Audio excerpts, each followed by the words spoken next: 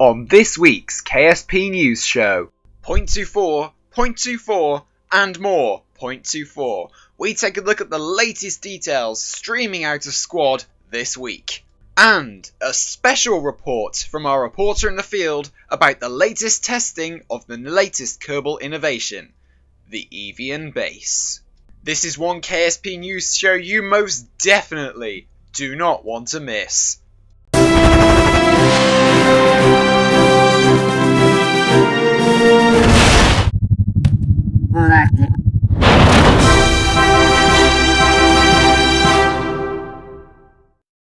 Reporting live from the Kerbal Space Center, it's your host, Jinli Kerman.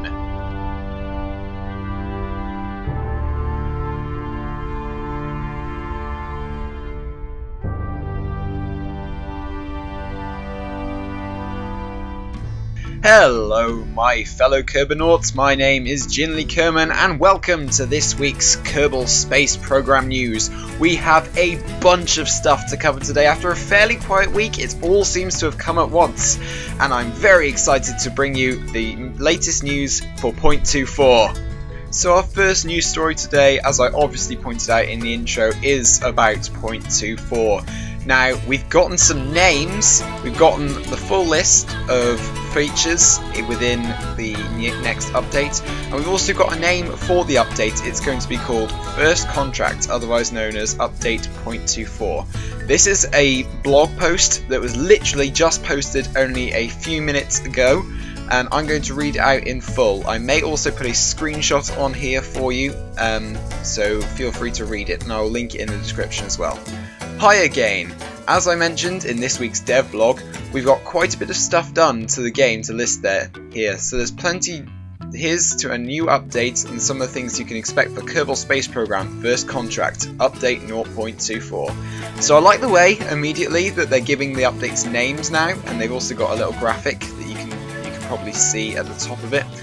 And I love, it just makes the updates a bit more interesting, I think, having a name. Like with Minecraft, when they started giving updates names, they started calling it the Redstone update and stuff. It specified everything a bit more, and it made everything feel just a lot more.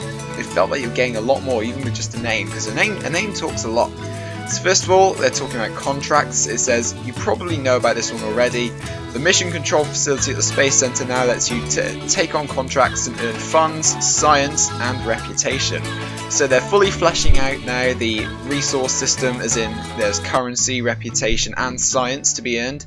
So that adds 2 extra dynamics that are in the game already. So we've already got the science dynamic, we're adding in funds and reputation now. So it's going to be interesting to see how that works out now that we've already got some career mode saves that are halfway done, essentially.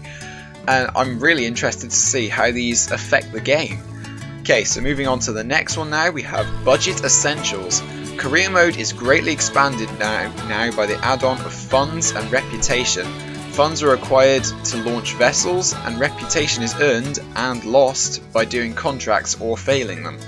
In this release, your reputation is already used to regulate the level and amounts of contracts offered to you.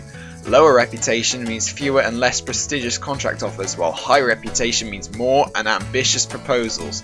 So like I said in the first part, it's adding an extra vein of gameplay, and I'm really interested to see how this changes up career mode, because I really think that it's actually going to change it for the better, because at the moment I've nearly unlocked everything on the tech tree, to be honest, and once you do that at the moment in Kerbal Space Program, there's not an awful lot you can do.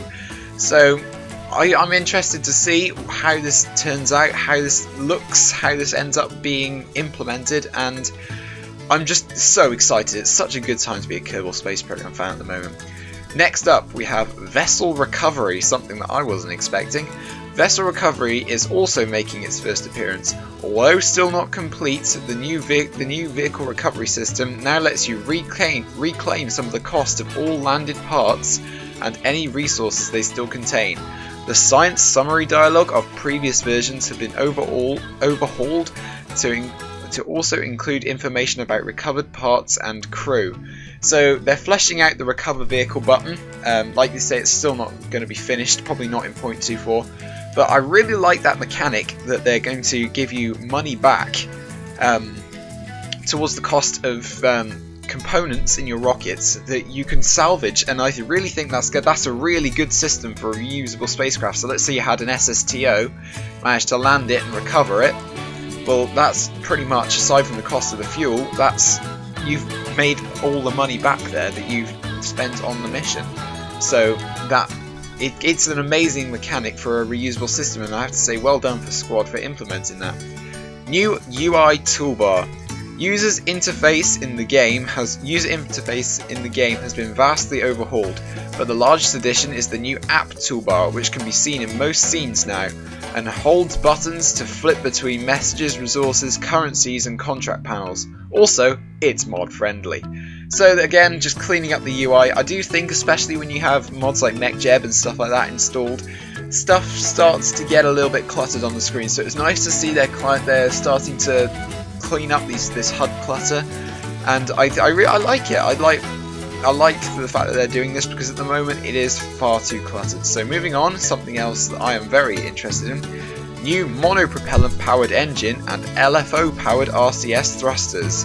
Now this sounds pretty cool. I know exactly what this means. The O10, pardon me, my voice.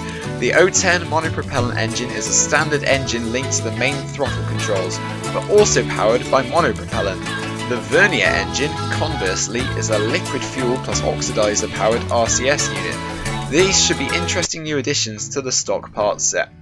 So I'm not really sure why they're implementing this. Maybe, let's say, you had a space probe and you wanted to make it a bit more efficient, so you wanted to use RCS thrusters, and so weight-wise, so you could use RCS fuel or something like that.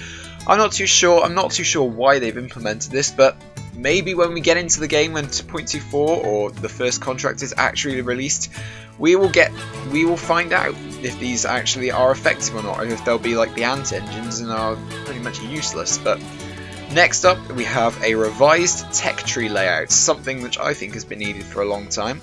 To better fit the new engines above, we've updated the tech tree, giving the flight control type nodes a much more logical progression, and added new paths to expand your way through the tree more freely. Again, something nice, simple change, but it was needed. I do think that some of the NASA parts were a little bit too easy to get, and I think that, I don't know if they've rebalanced that or not, but I hope they have, because really they were just far too easy to get in their current phase. And again, I will be interested to see what happens when that comes out. And finally, repurposed engine nacelle parts. I don't know if I've just butchered that name, but I really have no idea. Those grey, largely useless engine body sections are now given a new purpose as a combination of air intake and fuel tank units, making them a lot more useful for building spaceplanes. So again, they're fleshing out the spaceplane and whole reusable craft system, which is something that I very much like. I've been trying to make SSTOs for like the past month now and failing. I've managed to get 2 into orbit. I really want to make one that gets into orbit with cargo. That's why I really wish that the Squad would add a stock cargo bay, because the ones in B9 Aerospace are good, but at the end of the day it'd be nice to have a stock one. It says here, just to conclude, there are many more features, tweaks and fixes all round, but these are the highlights. All in all, I am very glad we decided to push this update further. The difference between the state of the game now compared to when we were doing the first round of experimentals is huge. It's definitely safe to say that it was all time well spent. Cheers, Harvester. I am so looking forward to 0.24 now, it's unreal. Now, there's a bunch of other stuff regarding 0.24 which I simply don't have time to talk about in this video, including the logos of some of the companies that will be giving you the contracts within the game. So I will link them down below for you to look at. I'll link you to the Kerbal Dev blog, which is where you'll get all the latest news. And as of recording this, Squad have also done a Twitch stream of a preview of 0.24, which perhaps means that it's closer than we actually may think. And we conclude this week's news with a special report.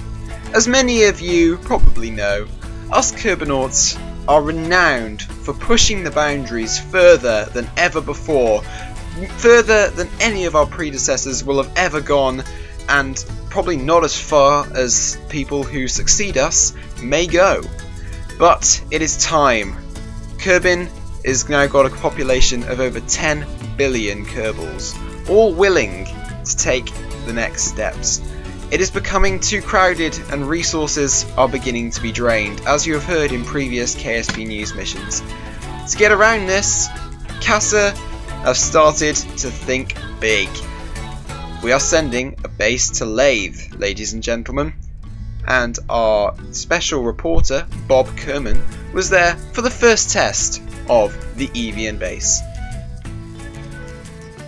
These were the scenes at the Kerbal Space Center earlier on this week. A Pegasus launch vehicle about 70 feet tall, carrying parts that will eventually become Kerbalkind's latest adventure into the deep black chasm that is outer space. It is believed that the as yet unnamed outpost, which will be sent to the surface of the second planet in the Kerbal system, which is Eve, will have space for up to 15 Kerbals and will be able to carry up to 15,000 units of electricity all at one time. It will be able to produce snacks using special reactions within Eve's atmosphere, and will also provide the 15 lucky Kerbals who get on there a relative luxury on a foreign body. It really does seem like an impossible task. However, the engineers at CASA say they are confident that the base will be built by the end of the year, and that a computer simulation has already shown positive results. However, until plans are finalised, only prototype parts will go up on these small launch vehicles before the final piece comes together in late fall, should it go ahead. This is Bob Kerman reporting for KSC News. Thank you there, Bob. And I'm afraid that's all we have time for in this week's episode of KSC News. Remember to like and of course subscribe if you want more KSC News as I get it. I'm probably going to do one of these every single week now, should I have time to make them. I have just broken up for the summer holidays where I live, obviously because I've had school commitments and stuff like that, but I should be making these every week now, fingers crossed, if I can find enough news. Like I say, remember to subscribe, like the video, tell me what I can do better. I know that I've tweaked a few things for this video, and I'd love to know your guys' feedback, and I would love to know what you want to see, as like features, other sort of stuff like that. But until then, my name is Jinli Kerman, and I will see you guys in the next video. Stay classy.